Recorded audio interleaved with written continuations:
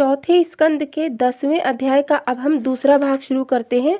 हमने यहाँ पर पहला भाग छोड़ा था, ठीक है। अब दूसरा भाग यहाँ से शुरू करते हैं। जब तू शरीर त्याग करेगा उस समय हम तुझे रहने के लिए ब्रह्मलोक में ऊंचे ध्रुवलोक में स्थान देंगे। वहाँ तुझे महाप्रलय के पश्चात मुक्ति की प्राप्ति होगी। हे ध्रुव, संसार में हमारे भक्तों से अधिक बढ़कर अन्य कोई मनुष्य नहीं है।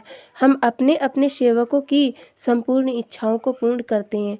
उसी समय देवता ने आकाश से पुष्प वर्षा करते हुए श्री नारायण जी की जय जयकार तथा ध्रुव की प्रशंसा की। वरदान देने के बाद श्री नारायण जी ब्रह्मलोक को चले गए। तब पवन पुनः पूर्ववत बहने लगी तथा तीनों लोकों के जीव सुखी हो गए। तब ध्रुव भी अपने घर को चल दिया।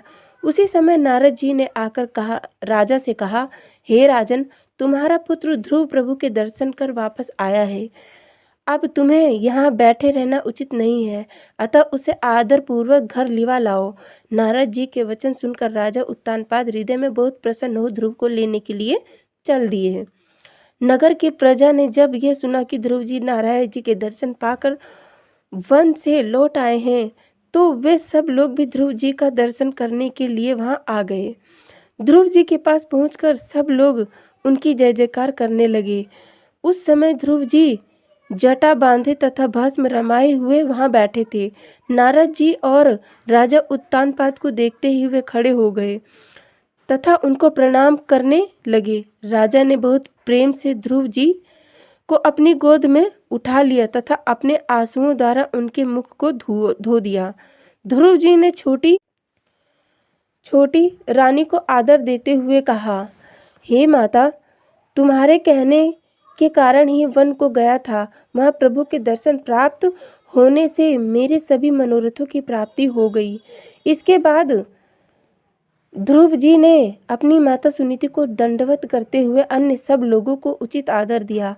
सब लोगों से मिलने के बाद राजा उत्तानपाद ने ध्रुव को अपने साथ हाथी पर बैठाया तथा याचकों एवं ब्राह्मणों को दान दक्षिणा दे राजा भवन में ले आए। कुछ समय बीत जाने पर एक दिन राजा उत्तानपाद ने अपने मन में यह विचार किया कि ध्रुव अब राज्य करने के योग्य हो गया है, इसलिए इसे सिंहासन सौंपकर हमको भी भगवान का भजन करना चाहिए। यह निश्चय कर राजा ने अपने दरबार में कहा। सब लोगों को यह बात अच्छी लगी। तब एक दिन राजा ने मुहूर्त निकलवाकर ध्रुव को राज सिंहासन पर बैठा दिया और आप वन में तप करने को चल दिए।